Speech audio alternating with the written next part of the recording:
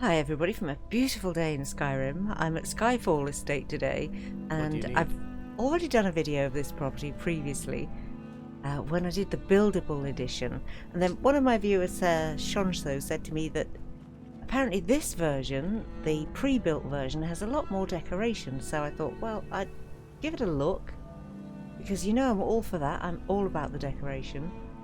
So around the outside it looks exactly the same. The for sale board will be down here at the bottom of the bridge, 10k, and under the bridge, you're not particularly well off right now, you'll find this strong box, and in there is 10k and a deed for the home. For this time it looks a bit different on the outside because I've got the white run roofs recoloured, the blue desaturated roofs installed, and I love them. I think they look gorgeous, but other than that, the outside is exactly the same. I actually did a side-by-side. I went through this house and looked at my video for the buildable edition one just to make sure that, you know, if I could see what the differences are. I didn't build these dummies. I never do. I hate them. I delete them. So that's different, I guess. And of course this looks a lot plainer because obviously I haven't planted anything up yet. Let's have a look at inside. It's gonna rain.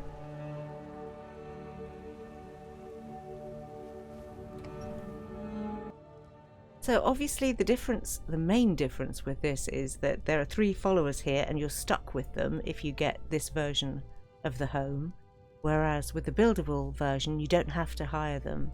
So if, like me, you're a miserable sod who prefers living by themselves, then, you know, that's great.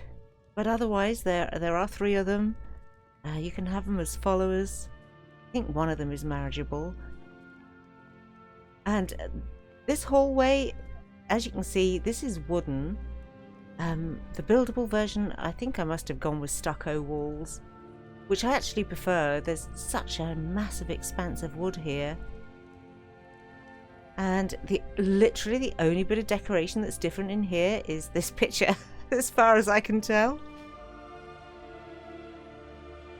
Otherwise, it's identical for the library. And as you go through to the dining room, I think where my workbenches were, it's a tiny bit different. And had I disabled the workbenches in my previous video, then you might have seen something a little different. But otherwise, in here, these 2 pots right on the end of the shelf, they've appeared, which aren't there in the buildable edition. You see what I mean? The details are minute. The clock doesn't work, by the way, in case you're wondering. It doesn't tell the time. It's just a neat little feature. So yeah, disappointed, to be honest, because I was hoping for a bit more. Whereas with this, I just keep getting asked, what do you need? It's a fine day with you around. What do you need? So up here, for example, where my workbench was, which was there, there's a bookcase and a clock in its stead. And I get the feeling that had I disabled the bench, these might well have appeared in the buildable edition. As you can see, the kids' room for the 4 children is the same, as is the deco for the alchemy and enchanting. And then 2 more kids. And your room, which to me, it's still bare. Nothing happening in here. Don't get me wrong, it's a really nice house. Here's your teleport spell, by the way. And that's why I kept it so long and used it for so long in my last playthrough. Because to me, the stunning feature about this house has always been the basement. I very rarely came upstairs anyway. And the basement is pretty epic, actually.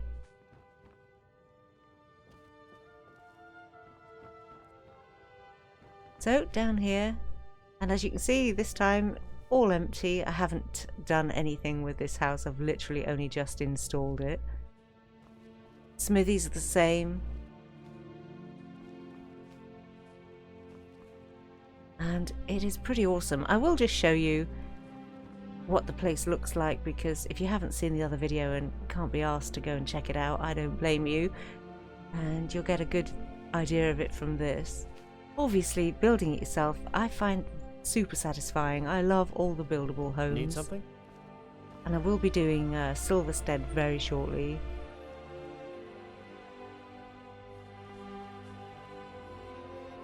And then as you come through here, this takes you down to yet another basement. And this is really, you know, if you just don't want to be bothered with all the building, it doesn't interest you, it's not something that gets you excited, then you can still have this amazing place, and it is an amazing place, for just 10k. Or free if you go and rob the chest. And then down here is also more follower quarters. And a bathroom for them. The only difference I found actually in the bathroom upstairs that I didn't show you, but also the one down here, the colour of the hangings is different and the mosaic is a different pattern. So like for the buildable one, the hanging is white and the mosaic is different. But otherwise, I was quite disappointed, Shonsho. You've given me a bum steer, dude.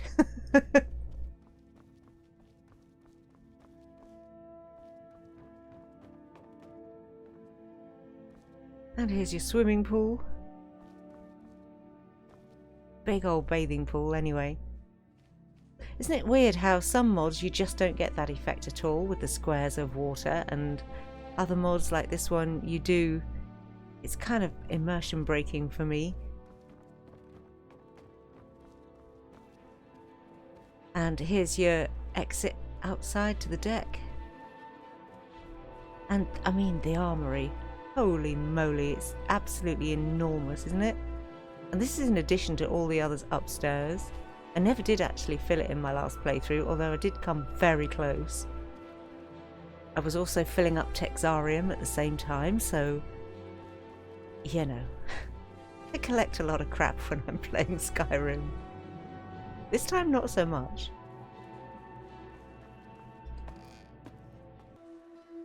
Okay, so that just about covers everything. If nothing else, it's a short refresher of what this place is all about and where it is. I'll just quickly show you. Probably should have done this at the beginning. We're here, right next to the mediary. And as for mods around me, I really don't have any other than the farm over there, which I also had in my last playthrough. Alright, I'll leave you with that gorgeous view of Skyrim and call that the end of this video. Thanks so much for watching. I hope you've enjoyed it, and I will see you soon for the next one. Take care and stay safe, everybody.